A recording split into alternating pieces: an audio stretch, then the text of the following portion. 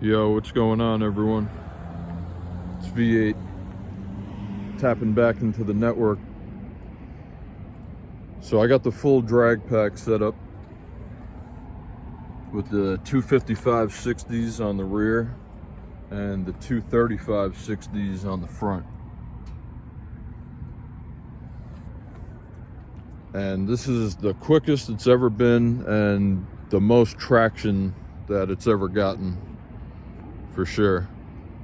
These tires are better than all the other tires, and having them on all four corners makes a huge difference.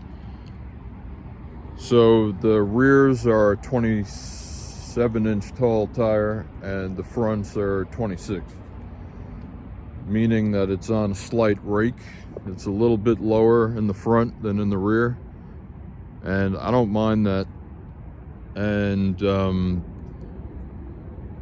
also, you'll notice it's on mismatched rims. Reason being is because before I had this full drag pack set up, I would have either these 255s on the rear with an all-season tire on the front of the matching tire height, 27-inch. And then with these, I would have these 235s on the rear with a similar size 25.5 or 26-inch tall all-season tire.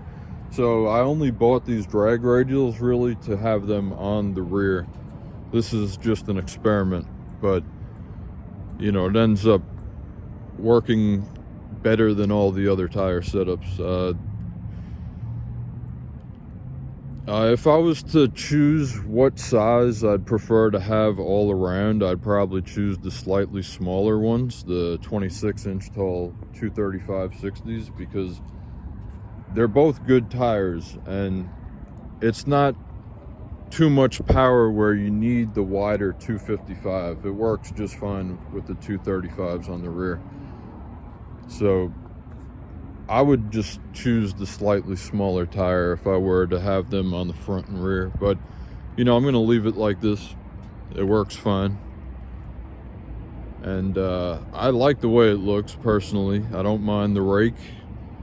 The one thing to note is that if you put it into four-wheel drive, technically you're supposed to have the same size tires front and rear. Now, I don't think it's that big of a difference enough to where it would damage your transfer case, but you know, I think if you had a much smaller tire on the front than on the rear and you put it in four-wheel drive, that could potentially damage your transfer case. But I'm not doing that. So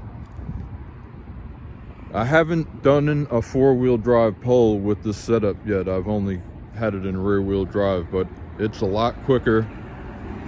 The traction is, it's basically unlimited traction when the road conditions are good and it's above 40 degrees.